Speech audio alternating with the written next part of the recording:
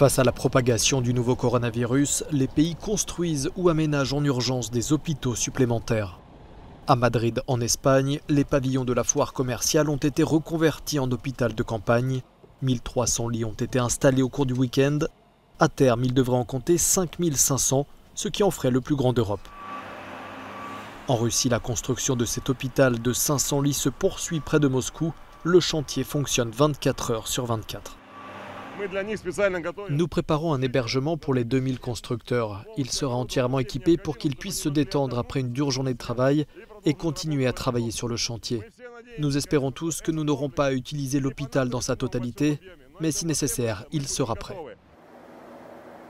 En France, la Marine nationale a assuré le transfert de 12 patients de Corse vers Marseille sur le continent à l'aide du porte-hélicoptère Tonnerre. Le transfert destiné à désengorger l'hôpital d'Ajaccio s'est terminé lundi matin. En Irlande, la marine a transformé ses patrouilleurs en centres de test. Elle en a positionné à Dublin, Cork et Galway. À Milan, en Italie, un hôtel est désormais utilisé pour les patients en convalescence.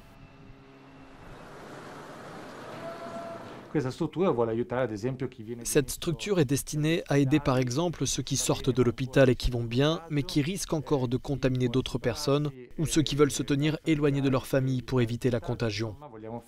Nous voulons que cette structure aide à prévenir et empêcher la prochaine vague, celle d'une contagion au sein des familles.